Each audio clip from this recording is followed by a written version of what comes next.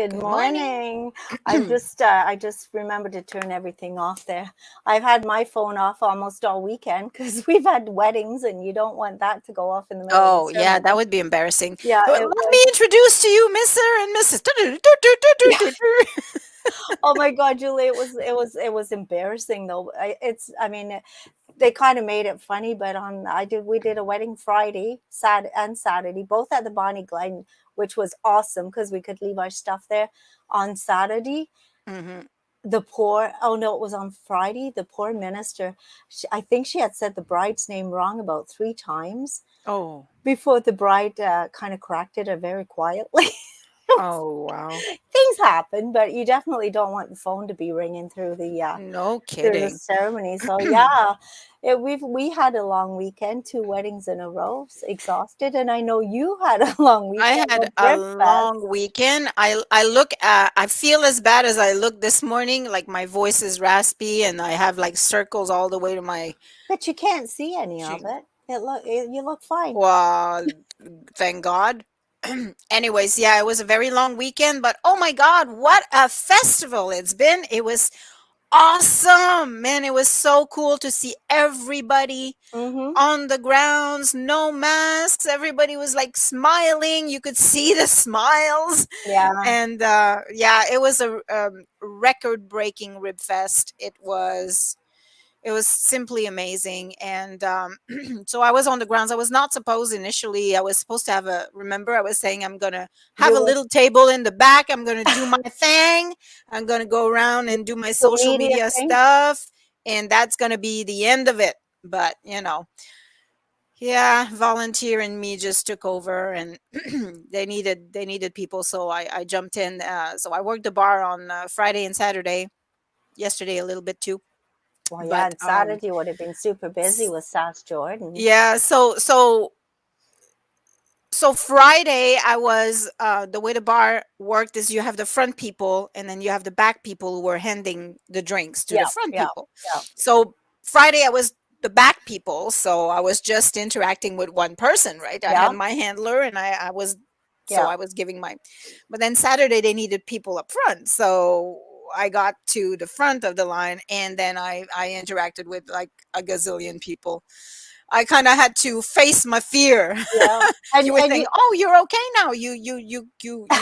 You're not." No, I was afraid, but I had to conquer my fear, and yeah, I'm well, just gonna I'm you were just gonna kind test every day for this week and see. yeah. See, I Well, did my little test this morning. yeah, good, negative. Yeah, well, you were just pushed into it, just like when we started back with the weddings. I mean, you can't really say as a DJ, oh, what I don't really want to come Yeah, because yeah, right. you have no Sorry, choice. I'm afraid today. Yeah, I don't really want to be around people. You kind of got pushed into it, and you had to Yeah, be there, and yeah, you had to kind of get yeah. It over was it needed, so quickly.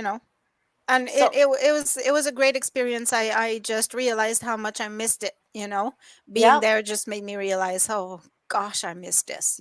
I and I, while I you were love doing it, you love probably doing didn't. it. You didn't really even think I about thought the I fear. didn't think about it, You were not just much. doing it. It's out in the open. Like my Yeah, interactions with people was like 30 seconds at yeah. most.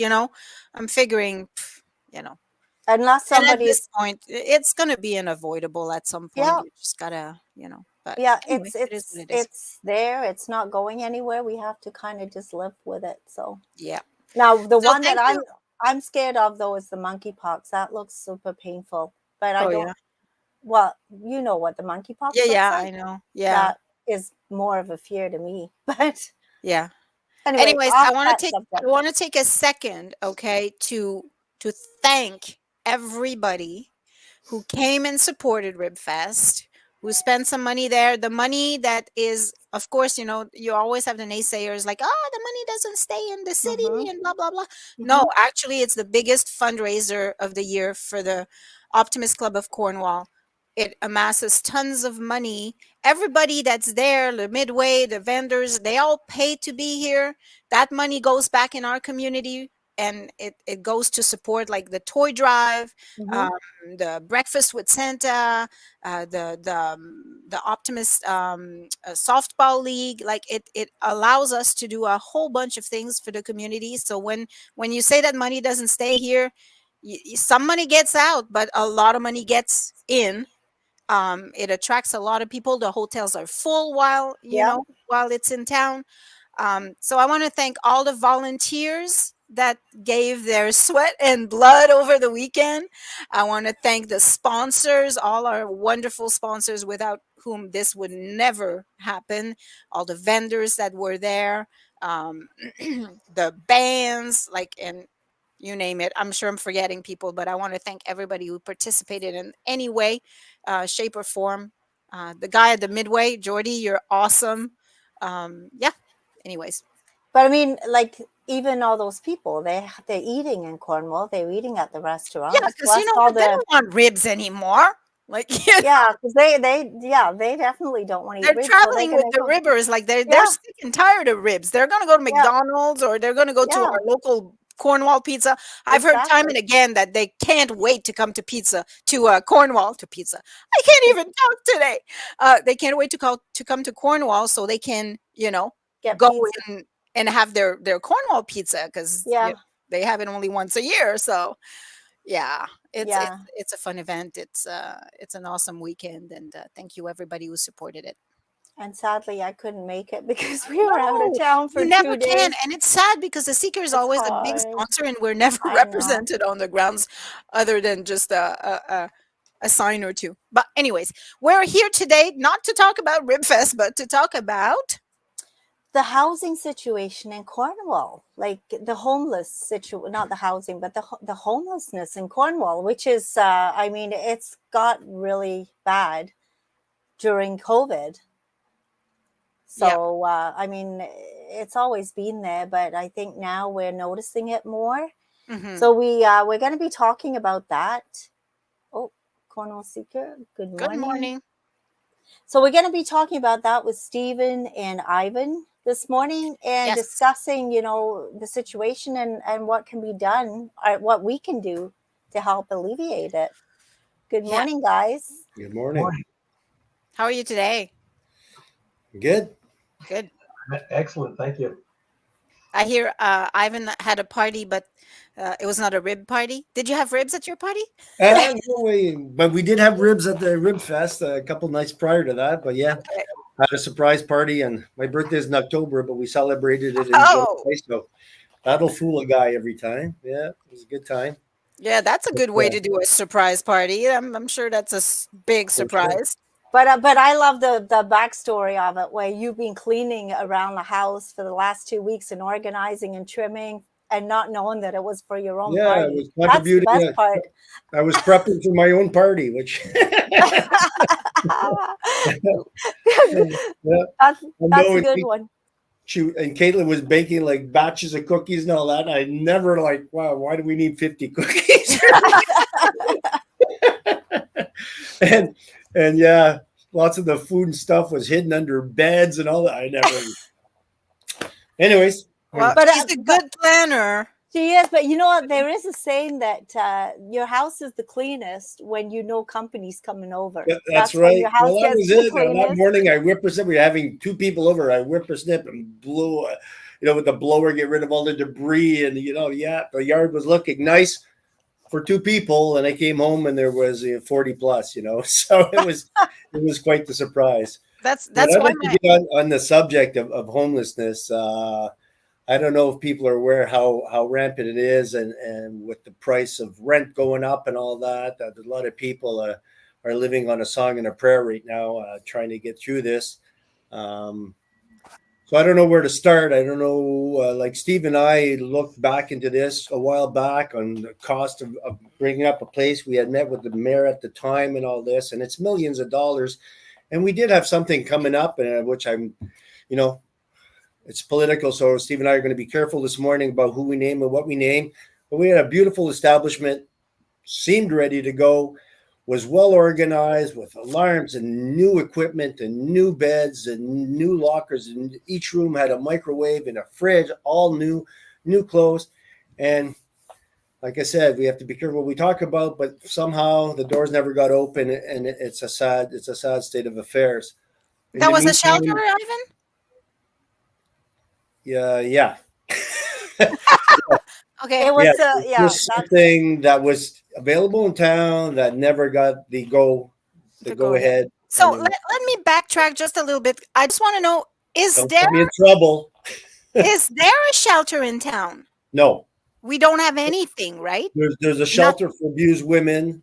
but that's it. Homelessness is more rampant, is higher amongst men. So there's definitely nothing for a single man. And just to give you a perspective, OW right now, Ontario Works is like $739 a month. And 30% of that's supposed to go to your rent. So do the math, for like you're supposed to find a place to stay for wow. under $300. Doesn't happen. So No.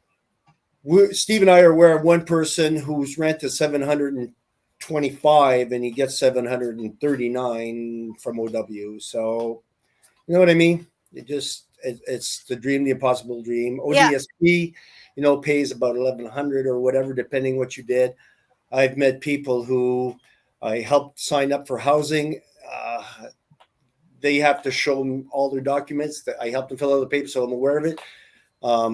They're pushing 60 and they got $170 total in their bank accounts with zero revenue coming in. So that's a situation. That's things that are happening in our own town, the proud Seaway Valley community. And we're kind of just ushering these people out the door. The distribution of tents, think about this. We give tents to people to help accommodate them. They're living by the river. They're living in the woods. That was, because we don't have a shelter. We don't have a brick and mortar shelter for these people. And the same thing is kind of happening outside of this district. If you're living like in Newington or Winchester, there's not an abundance of apartments, right? So if you have to rent, you have to rent a whole house. Well, again, housing now to rent a house is anywhere from $1,500 to $3,000 a month. I like that someone just wrote about the hospital on 2nd Street. You might guess where it is. We have facilities that could have accommodated it. Why didn't take off? I'll leave Steve decide on that. He's retired. He can take the risk. You can talk about it. It just became too political, and the ball was bounced from one person to the next, and so it never got off the ground. And you can't say who is wrong and who is right, because we really don't know, because there was different things that come out about this group, that group, whatever the reasons were behind it is irrelevant now, because it just never got off the ground, and it's really, really regretful. And I look at it and I say, a lot of the things that don't happen is because people haven't lived it. I think if the ones that were making the decision spent a month or 2 months, or like myself, about 3 months living in a van, or in a car, they would realize what they really need to do for the people in our community to get them off the streets. I did it when it was coming into November, and it was kind of cold sleeping in the back of the truck for like 3 months at a time. So it's we have to do something. That's how Ivan and I met. Oh, by the way, it's because I mentioned I slept in the van, and it's like, oh my God, here we go. So, but there's not enough being done for our homeless at all.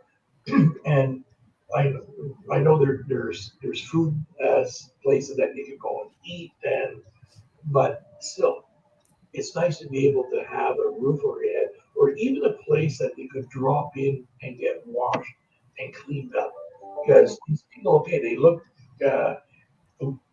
dirty, whatever the case is, but they don't have a place to go and take care of themselves, to wash their clothes and get washed. Where they would have had that, it was happening until the facility closed. So we need to. Everybody got to get off their ass and do something. Plain and simple. I had to help someone out over the winter who was wheelchair bound, and thank God there was this out of the cold was a short-term solution for this. I paid for motels, but motels they're charging you like $1,500. I think it was $1,500 a week or whatever. It was astronomical amount of money to have. So even this, I'm not going to say this, but local people are taking it. Oh, there's funding. Let's hit them again. So it's very expensive to get people out of the cold and all that. It's a Band-Aid. It's a temporary fix. And just think of what Steven said there. I mean, you're homeless one day, and if you can go take a shower, get some fresh pajamas, have a good night's sleep, and a meal in your stomach, think of what that does for your mental health for the next few days. Say, you know what, you're good till we find you a place. You're already that much better, right? You're Yeah. just that security going, oh my God, what's today's struggle? So mental health and homelessness, it's just a circular thing, right? I mean, people apply for ODSP because they have anxiety and stress and depression. If you knew that you were going to lose your home and you can't figure out, you have zero revenue or close to it, can't figure out a way, well, we'd all have depression and Of course. anxiety and stress, Mhm. right? I mean, no, and those with children and that kind of stuff, like, and with the rent evictions, I mean, things are better now because your rights have been made public, and so it slowed down the machine a little bit. I mean, aesthetically, Cornwall is looking nice. There's been lots of houses that have been fixed up. Mhm. It's really nice. What's the solution to accommodate everything? That's the debate we're going to have, I guess. Is like, how do you find adequate housing when? And I talk to people in Ontario Works, and I talk to people. I don't, and there's nothing saying that those rates are going up. Now, inflation has went up 34% in the last 8 years. Housing has went up 70, and like you saw it, you what was 150,000 is now 350,000 3 years later. Mhm. Like, it's absurd. So how do you get in the market? How's the next generation going to get into the market? Well, and that's Yeah. that's that's the thing, right? So my son has actually come back home because he can't find anything that would be um reasonable for him, and he works at Leclerc, so he's making a decent pay. It's not like he's not, he's making like $20 an hour, 20 plus. um but still, even like at least 60%, if he was living alone, at least 60% of his income would be going to housing, and that's totally nuts, man. Like, Yeah, it he should be would have to 25. find somebody too. He would have to live somebody with to live with, Yeah. share an apartment. Like, people can't afford living alone anymore. Even bachelors are like over $1,000. So to make it, it's supposed to be 25 to 30% of your salary. And I mean, someone living in Ottawa working at $20 an hour, I'm sure it's must be close to 70% of their. So what do you scrimp on, right? You scrimp on food, you scrimp on medication. We've had people in our group, Steve and I, that have like, okay, well, I got to buy this. So I'll only take my medication every second day or Oh. whatever. So what does that contribute to in the end, for a Oh, proud city? And I mean, it's everywhere. It's not just us. I'm not condemning it. It's just, how do you start? What do you do more? And there's no easy solution. I mean, you're not going to build 120 apartment complexes overnight. Yeah. right. And even that, I mean, we're taking up lands where we used to have all kinds of wildlife. We're pushing that. That's why we're seeing deers and geese and foxes everywhere. Yeah. I mean, I went to the park the other day. There's a beaver. Who the heck sees a beaver in a park? You know what? So like, the wildlife is getting pushed. We're seeing that. We're building more houses because we have to. And yet we can't find workers. It's a crazy time. It's a crazy time. But But do we Yeah. really need more affordable. housing? There's so many. It seems like there's so many empty houses and Well, buildings. well, maybe there's that. All my neighbor drives people from Ottawa to Olymel because we're busing in people to work in our local factories. Um, Immigrations, let's open the door, let's bring more immigrants here, but we have no place for them to stay Yeah. so that they can work. So without a place to stay, you can't work. You want security for your family and all that. So who's going to take that risk? It's shit show. It's Well, Stephen, you what? were going to say something? Yeah. I'm sorry. You were going to say something? We're just not building enough affordable housing, and it's the whole thing. It's all Yeah. right. We're building houses. Building houses is great, but I think everybody's got to get moving and build something that somebody could afford. I'm fortunate. I own my house. My house is paid for. So, and I'm only on pension because if I wasn't, I wouldn't be able to afford to buy my house right now. And I wouldn't be able to afford living here. But it's paid. So I'm grateful. But I'm going to go back to what Ivan said before about the mental health, about, like once you get to take a shower and change everything else. I'm going to get a bit emotional here. I got goosebumps already. I was very fortunate when I went through my crap, and I was living in my van. My ex-sister-in-law, who is now deceased, when she found out, she started once a week. I would go to her house and she'd cook me a meal. I'd have a shower. She would do my laundry. So I would come out and I always feel that much better because somebody cared. And a lot of these people that are on the street don't know we care.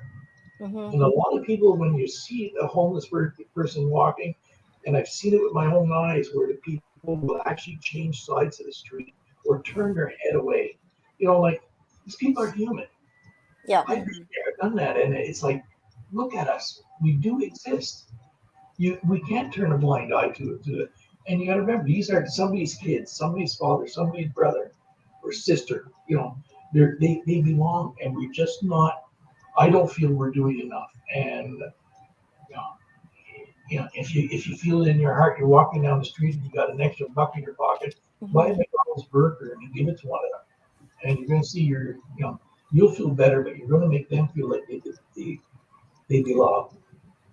Yeah, that's what my youngest son, he lives in Calgary, and that's what he's done a lot. Like he's seen somebody begging for food.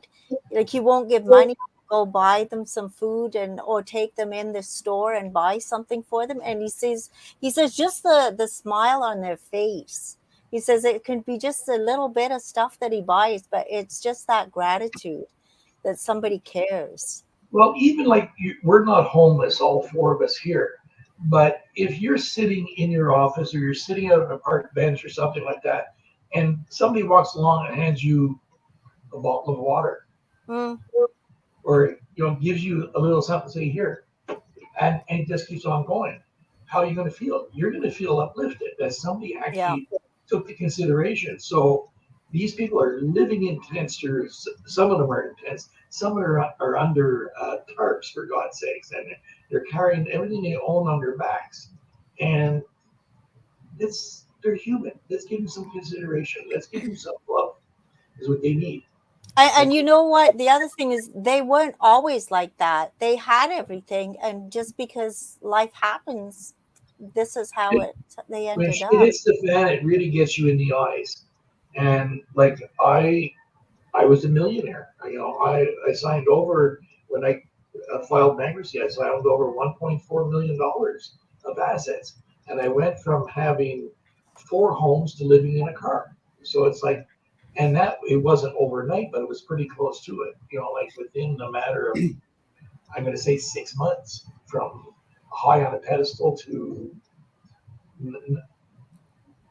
I remember one time sitting in Tim Hortons in LaSalle, and this guy's deceased now, but this guy Michael come in, and I remember he threw $10 on the table, and he says, "Here, Steve, you can get yourself a pack of cigarettes and have some coffee for the day."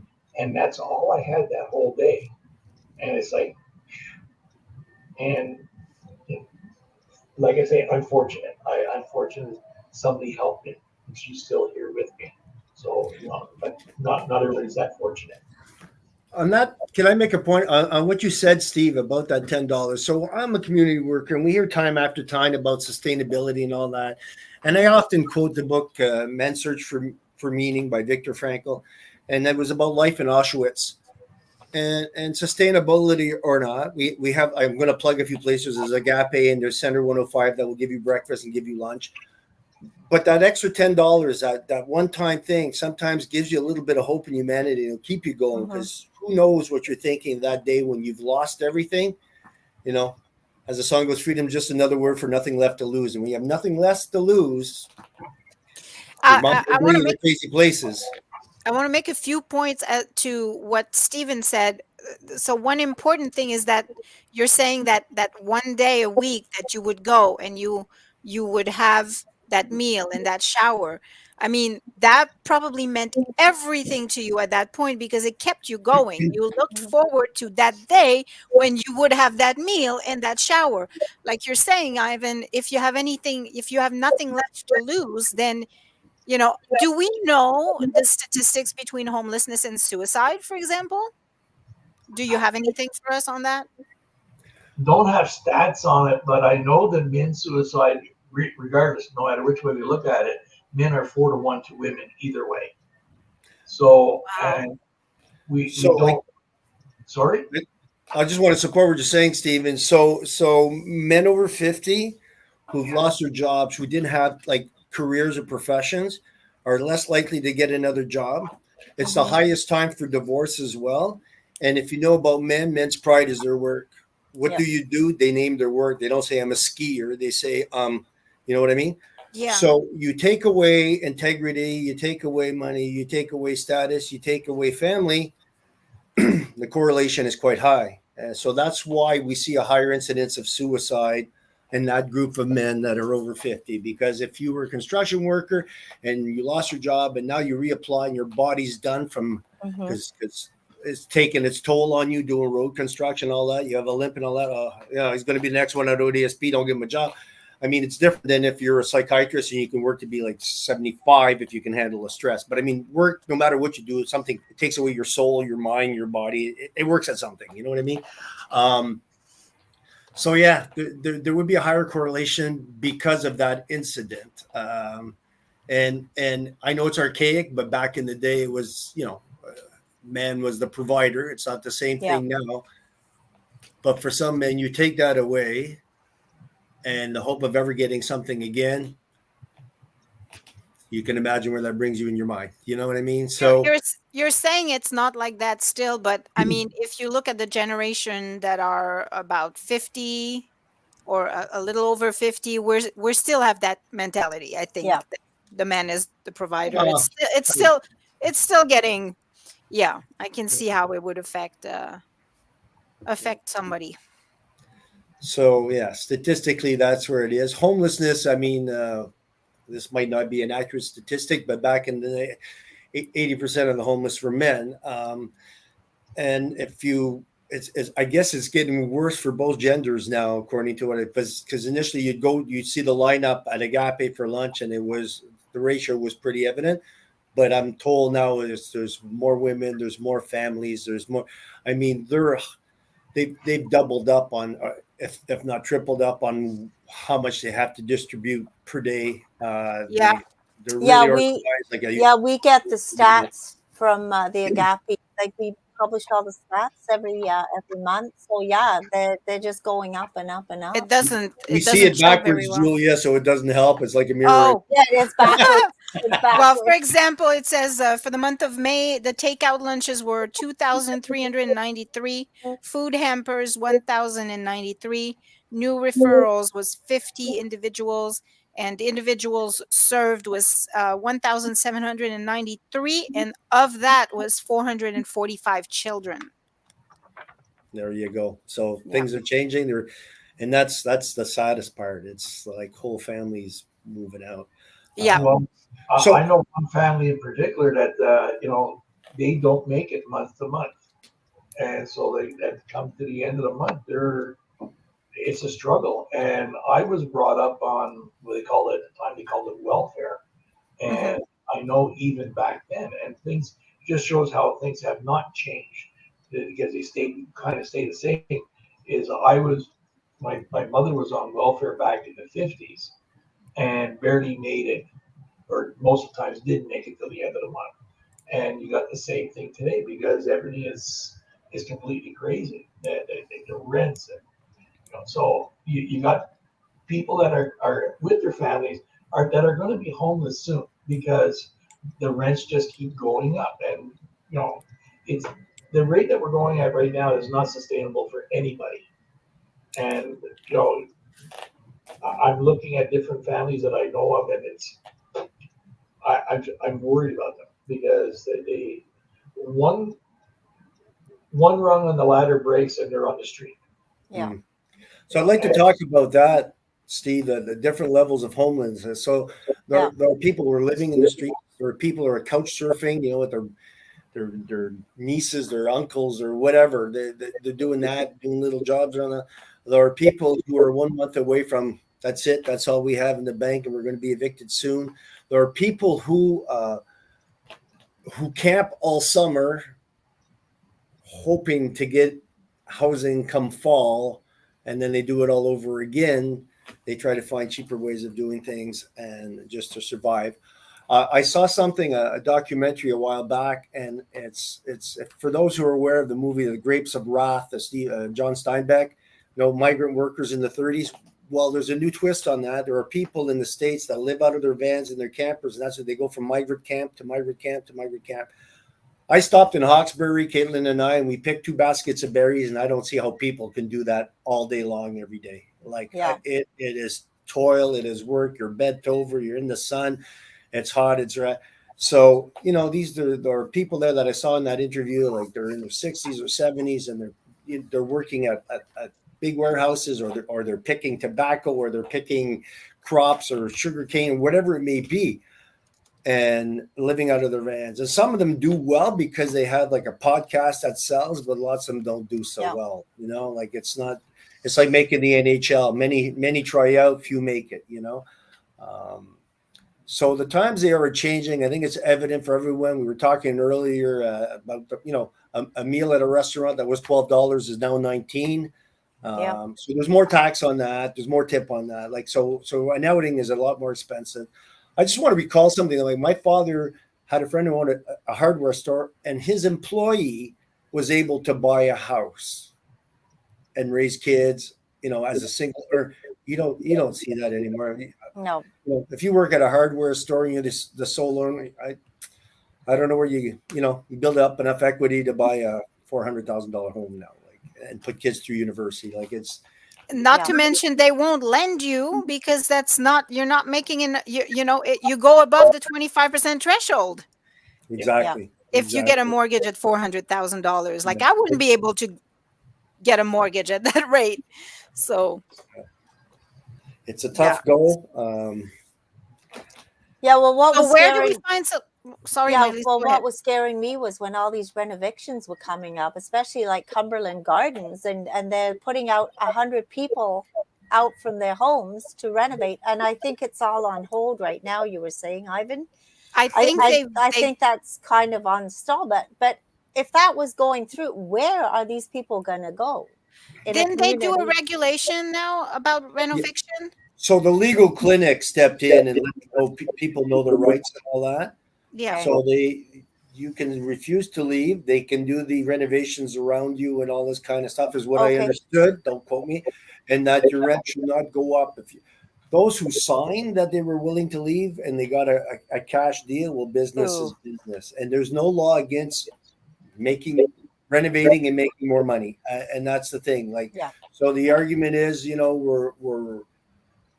we're I'm just looking for the word, ameliorating. We're making nicer housing. We're doing this kind of stuff. And yes, and to invest in buildings and keep them up. There's statistics that show that's the thing to do if you want a nice city. But we have to be able to accommodate other people on the spectrum somewhere. And Cornwall's active. I sat in on a homelessness committee meeting with the city. What they're tending to do is build up now, because property is so expensive. So if you get a piece of land, you build, like a 8-plex or something like that. And then you have some of them that are going to be on social assistance, and some of them that you pay out of pocket, so that you combine populations in order to keep everything to a certain standard. I think that's important too, not to segregate people. I just want to add one more. I've been adding a lot, but just like I went on Marketplace one time, and one guy was selling a TV, and his selling TV moving to tent, and that just blew my mind. That it's that easy to say like this. It's not, we wouldn't have seen that 20 years ago. I'm moving to a tent, and now it's like, oh well, join the others that are moving to a tent, and I think that's really sad. Well, there was actually somebody living in one of the storage units. It was cheaper to rent the storage unit for the month and because you had 24-hour access, they were living in that, and I think they Wow. were put out afterwards. But Yeah, they probably and were. there's also somebody that I heard that was renting the person's tool shed to live out of. Oh my. Like a solution of something you talked about is the community pool. You know what I mean? If they let people just come in and take a shower there, the showers are there, the city is there, the access is there, there's people supervising. I mean, but no, it costs you money to take a shower, but it is the most public, cheapest place you can go to get a shower. Yeah. Yeah. Now that big building that they're building downtown on the corner of Pitt and Second, is that going to be like low income? Yeah, I think That's what No, I heard, that's so I third wasn't party. I'm sure. sure not. It's No, I prime don't think that location. one is. The one on 9th and McConnell, there's some low-cost housing in that, I believe. Yeah. But not I the was one told on, that was going to be for the elderly, so I'm not sure. it is private owned.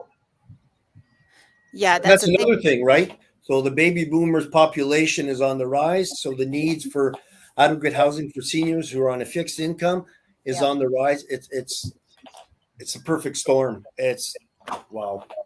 Yeah. Add COVID to that, and then you have like a really Yeah. bad, yeah, like because the ERs are closing. Like Alexandria is now permanently closed from 8 a.m. to 8 p.m. to 7 a.m. I think. Yeah.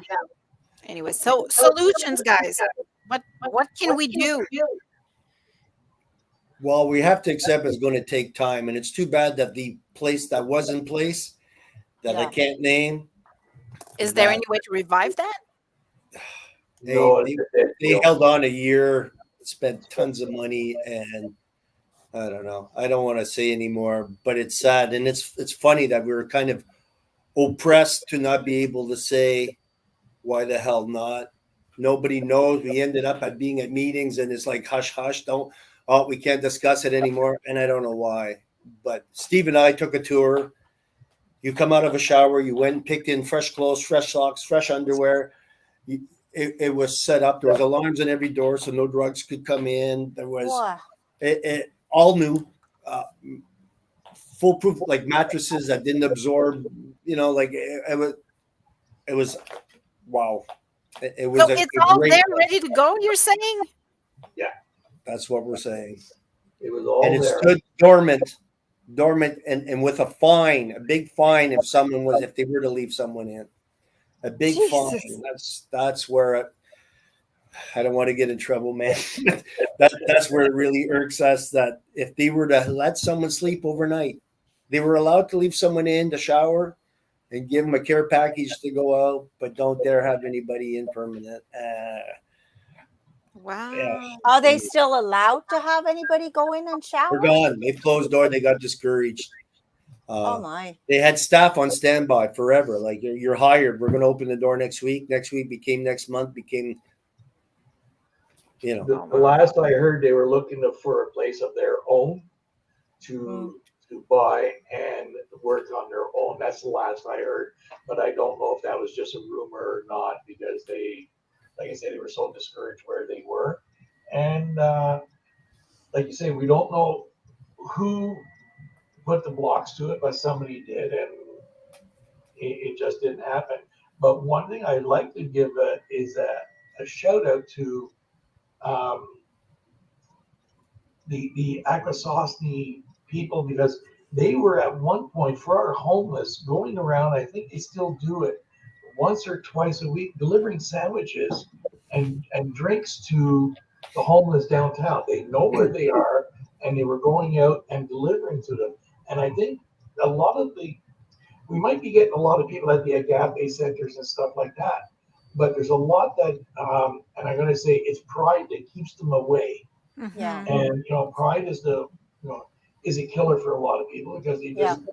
We should mention the United Way as well has worked hard at reducing homelessness. There's a committee in town, the legal clinic, I think what the one Stephen's talking about is Unity Street Help, isn't it? They're the ones that Unity Street Help. Yeah, we all have to. They're the ones. We all have to go out, and like I said before, if you go out and give somebody a bottle of water, these people, let's feed our poor. And not only the homeless, let's feed our poor. We give millions and billions of dollars away every year to other places. Let's look in our own community right now. We have people that, even though they're going to the food banks, I did the hunger challenge 2 years Yeah, ago, I did it with you. and what you get to live on a month, we only had to do it a week, Hmm. and I lost 7 pounds in that week just doing it. And so we're giving this. Let's feed our own. When you look around, the dumpsters that are full of food that could have gone someplace else. That's Let's that's a good solution, you know? Like it'd be nice to I know that in bigger cities they have these grocery stores that get together. They have an app where anything that has to be thrown off the shelves is being sold at a very very very low price, and you can go on the app and just get like it'd be nice if they got that kind of setup for We looked into it, and it's liability. It's if it's past date. What if they sue us? And so they throw it out. They throw out frozen that's food. insane. I see it. And I've asked them about it, and that's what they told me, because even the employees can't get it, because then you're sabotaging the whole system of you're getting food for free. And it's not. It's the fear that someone's going to get sick, and now you're liable because you gave food that was no good. So they just toss it out, and lots of it. If you look in your own freezer, I know there's, you're supposed to eat something frozen within 3 weeks, and I'm telling you, I got I've got stuff that's been there a little longer than that. months. Yeah.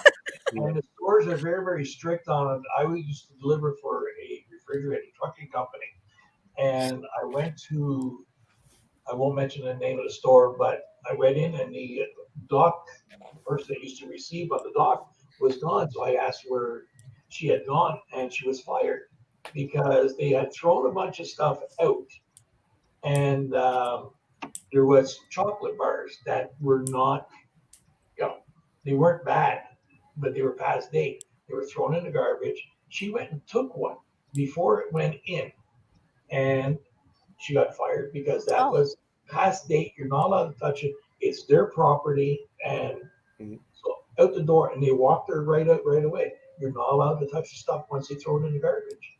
Yeah. And I worked for a hotel downtown Montreal. This is going way back, and we used to cater to Air France Airlines, and we would come in, and because of the liability, filet mignons, complete filet mignons in the garbage, because they could not give them to anybody because of liability. That is completely insane. It It is. is, and there's so much out there. I got stuff, honest to God, downstairs that's 2 years past date, and I still eat it. But Yeah. My father was like that. He had those cans and like he's like, nah, that's just a suggestion that date. well, back in the 50s, you used to tell you put your canned goods in your bomb shelter, so Yep. it's going to last through a nuclear bomb. It certainly should last an extra year or two, but Mhm. we should be doing something more to feed everybody, and everybody. If everybody's well fed, your mental health is that much better. Yeah. If you're walking around with a full belly, you're feeling good about you. You're not saying, well, geez, I could use another piece of bread. No, it's I think what's ironic is the federal government will set up like if there was a hurricane or something, you can set up a refugee camp overnight, and things, food's flowing in, Yep. and yet we have something right under our nose, and it's a long process, and that's the how come, and that's the sustainability thing. How long can we keep it? Who's going to run it? Who's going to support it? How are we going? Because it's 24 hours, and who's watching who? And so when we looked into it, it is much more complicated. You can't just open a shelter and go, okay, it's going to run itself. Which in other countries, they take an old abandoned building and go, yeah, and here's a microwave and serve yourself type of thing. Standards in Canada are different, and come February, it's going to be a whole new game again. I just want to note that about a month ago, I was turning onto Brookdale, and I saw a woman with a cardboard. I saw the back of her, so I was going the wrong way, but I was begging for food or whatever with the card. And that was the first time I've ever seen that in Cornwall. And that impacted me. I'm like, wow, I've seen it in Ottawa often on ramps and stuff. Like the first time I seen it in Cornwall, and it's here. There's no denying it, folks. I mean, you can pay it forward. Caitlin does this amazing thing where she puts a bunch of change on a picnic table and says that's going to make somebody happy today. And I mean, it's that we can put together packages with fresh socks, fresh underwear, feminine hygiene, a bottle of water, and a snack. Leave it somewhere on a picnic table and say a little note saying, pay it forward or whatever. There are ways to help out a little bit. Yeah. Like I come back to that book that sometimes that little piece of bread will get you into tomorrow. You know what I mean? So yeah. Okay. Mother Teresa said, if you can't help everybody, at least help one, and it's that. Yeah. Like, do a little bit. And if we all do a little bit, we'll do better. Well, whenever about a year ago, we went to the bank machine, and it always sticks in my mind. There's a guy sleeping right there on the floor because it was cold outside and he was there, and I felt so helpless. Like, what can you do? I want to go back. Ivan, you said come February, it's all going to change. What's happening in February? Oh, well, I mean, the solutions are the same. You don't give a tent in February. Yeah. Okay. Yeah. So what are we going to do come February? You know what I mean? I know. So there's tents like at the waterfront, like they strategically put there so they have access to water and they can, what do you do past February? They put in porta potties last year. I don't know if they put them back in this year for tent people, but also I think it was last week or the week before they found one of the homeless people dead in the field right beside the fire department in the East End. So, and at that point, somebody said they don't know how long he's been there. So, who's monitoring them? Who's looking for them? And everybody's got to be out there looking for these people. And you can't ask the policemen to do it. They should be doing it. They do have their checkups, and we can't blame the police, is what I want to say, because a lot of these people are afraid of the police. Because if the police are approaching them, they're probably going to be arrested they're or pushed on. So it has to be John Citizen, the citizens going out and helping them themselves and keeping an eye on these people and asking them, what can they do? Where can they go? Because I like the idea of a pay it forward campaign. That's kind of neat. And like you said, it's you make a change one person at a time. That's all we can do as individuals, and give an extra $10 or leave something for them to find and make their day better. But I want to kind of bring up the point that I know I do a lot of thrift store shopping, because I know if I buy something at the Agape new to use store, it goes to help the homeless. It goes to help the food banks. Same thing with Salvation Army. The Serendipity Boutique helps Baldwin House. A lot of people don't realize that when they're shopping at these places, it helps somebody else. And a lot of people are under the impression you have to be poor to be able to go in those places to shop. So people need to know that anybody can go, because your money is helping somebody at that point. We have a question. This lady says, my daughter has been working on creating bags of essentials for the homeless. Do you have a suggestion on who we can contact to help us with locations to deliver? Yes. So Salvation Army, the United Way, Agape Center, any of those places there, leave them at parks, at Center 105 for the breakfasts. They see that clientele and they can help distribute it to the people. So, but at this point, Ivan, where can somebody who's in need, where can they go? Like, what are some of the places? Well, it's the whole process of depends how. So here's some of the things that don't work in the system. I mean, now everything's by computer. I mean, even to go to that shower I want you to use, you have to sign up ahead of time to use the pool. We were all proud that when we put in ramps so that people in wheelchairs can have access, and now we put electronic obstacles so that people can't have access. And it's the irony of life is that for anything you got to do now, you got to go online. Things are paperless. we're helping the environment, but we're stopping people from getting access to services. Mhm. That really irritates the crap out of me. Yeah, That- me too. that is so absurd. You're homeless, you want to apply for housing, you got to show your last 2 years of CRA. Well, if you're homeless, you go around with your documents from income tax. You carry that around in your backpack. Yeah. It's set up that is very hard, and I understand why, because nobody wants to give a free ticket, and that I understand, because a lot of people tell us there's a lot of free rides, whatever. But my God, it's hard because, okay, then go bring in this document, apply there, send that, Mhm. get the email, all that, we didn't get it. All these things, which were, when it was paper and you put it in someone's hand, you knew it was delivered. Now, Yeah. we mustn't have got it. It just creates a delay for everything. I think we got And to go back to old school and put your hand in the hand. You know what I mean? it's kind of crazy because if your CRA is filed, it's all electronic. They should see that. They should be able to log onto a computer and see it with your name and social Mhm. security number or something. So that means you have to at least have a cell phone. Yeah. Right? You have to stay in And contact with the world to send these things. Then, make your payment, your service is cut. It's just, it spirals the other way. It doesn't make it easy. Think of this, you got to go to the library to use the internet to see if you can apply for something versus come on in, I'll give you, I'll guide you through it. Yes, fill that, Yeah. write that. We don't do enough of that anymore. And with COVID, it was like, we'll do that, stand 6 feet away, or we'll do it virtually. We're telling people to use technology they don't have in hand. It's absurd. So yeah. people who have skills, I don't know where to tell you to volunteer to do it. But yeah, you can help people fill out forms. That's a big thing. There's so many documents to fill out. And I don't know, if you have time, give some time, help people. I'm going to tell you something real quick, is that the experience of being told what to do by people who had a hard time in school, they don't like to be told what to do because teachers told them this, and they just felt it was a punitive, just like Steve talked about being scared of the police because they're the ones that are going to bust up or stay and tell you to move on. So it's against all odds. So you have to involve people who are living that to go, what's the solution? If they know that if you stuff newspapers in your coat, you're going to be warmer. They know where to find the resources and the food.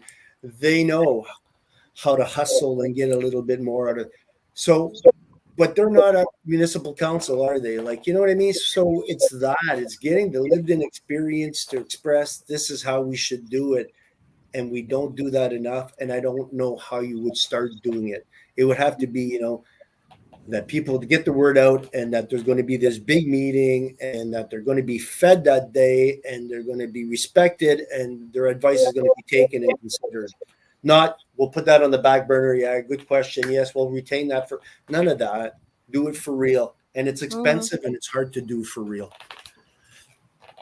But we have elections coming, municipal elections coming. Do you think that's going to be a big topic on the Probably debates? It's Probably a big not. stain. It's a big stain on Cornwall. It's who wants to talk about that? But So as individuals, we can push them to tackle it a little more and talk about it at least. What's your plan for homelessness in Cornwall? Yeah. That'd be a good question for the debates. But we got to keep pushing it. We just have to keep pushing the homelessness and the fact that people are hungry. People have to get something going. And, we're already coming into August. So we have to start thinking about the winter coming on. And Yeah. but I want to touch on something like Ivan's talking about filling out the forms. I went on to do a little bit of research to see how many people. The closest I could find is from 2021. But I went on to the city's site, and some of the forms that and I'm not a dummy, and I have the technology. I'm looking at it, I couldn't even do them. I'd have to Wow. ask questions. So where do I go to ask the questions? Yeah. When I'm doing it at home online. It should be made.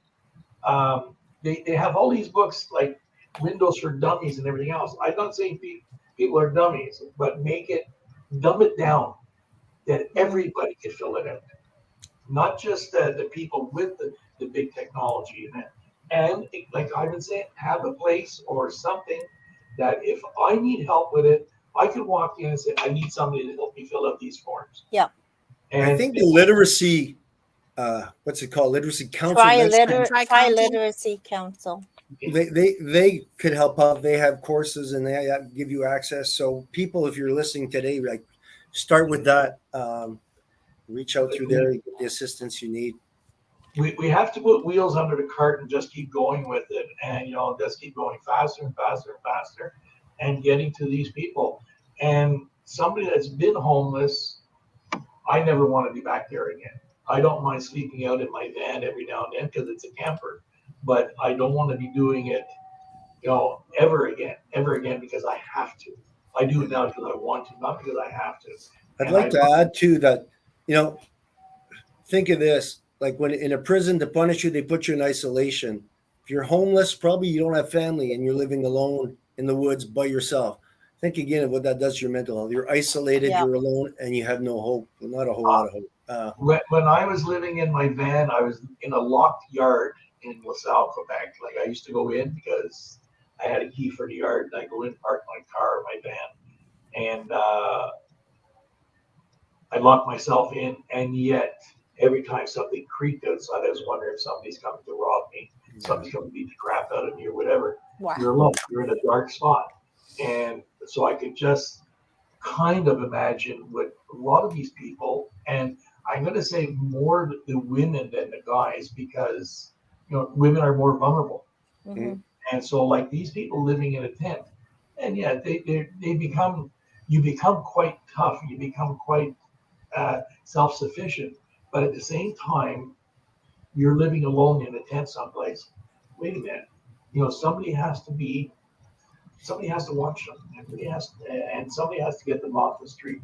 And it's a big project. Like you look, Toronto as an example has over 10,000 homeless compared to what we have. Wow. But there's homeless in Cornwall, there's homeless in Alexandria, and it's like people that are couch surfing, and there's a whole list of places where they're living and the reasons behind it.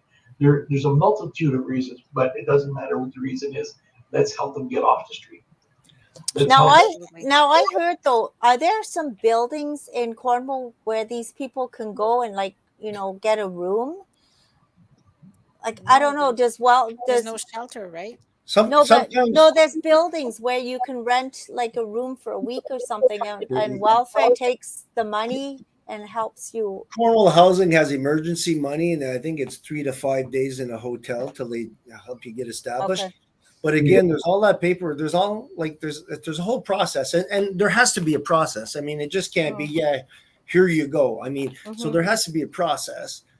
But again, like if you have literacy problems, if you don't have access to a computer, internet, if you don't, there's more and more obstacles in the way of getting the things you need. And you're already overwhelmed with life at that point, and you have to fill out 15 documents. You're not feeling it. You know what I mean? Yeah. So that's where people reside. I'd rather be free than have to, answer to the man or whatever to fill out all this kind of stuff. And I think it brings you to that side. Like it becomes a different way of life that you adapt to. The thing too, it is so humbling to ask for help, and and it becomes a matter of pride. Even though you're living on the street, you still have your pride. Yeah. And to go and start begging, it takes a heck of a lot out of you to go and beg for something. So before we sign off, I want to give the information to the Tri-County Literacy Council. It's their address, their physical address is 101 2nd Street West. I believe they're open, so you can walk in and go ask for information on their courses. They have a ton of them. Our very own Jason Sednick works with them, so I'm sure he can help. 613-932-7161 is the phone number, and their website is tricountyliteracycouncil.wordpress.com. Anybody listening today, if you want to contribute, buy grocery cards and drop them off at any of those places as well. They will go to the right clients. You can leave the cards at Inspire. You can leave the cards at Agape. You can leave them at the Centre de Santé. And I mean, people will, grocery cards help out a lot. It's an integral way of having them pick their own food, what they want, when they want it. And, it'll help Absolutely. out people a lot. So if that's the thing you can do, $10, $20, $30, whatever you can afford, food cards. And I'm thinking, like feminine hygiene products as well. If you're living in a tent and all, you know what I mean? Like think about that, where you're going to Yeah. decide between that Yeah, and we food don't. and We that don't even extra think about cost. And that. Yep. so, All right, guys. Well, thank you so much Wow. for being with us this morning and having this wonderful discussion. My only thing, and I would tell everybody, try to be a little kinder, Yeah. just a little kinder to everyone, especially if you see homeless people. Just it can make a whole world of difference. Even a smile, like do not avoid people. Smile, Yeah. Don't cross the acknowledge street. them. Yeah. All right, guys. Thank you so much. We'll see you in a month, I guess. sounds good. All right. My-Liis, Bye bye bye. bye. Have a good week. Will do. Thanks a lot. Thank you. Bye. Bye bye. Bye. We'll see you soon.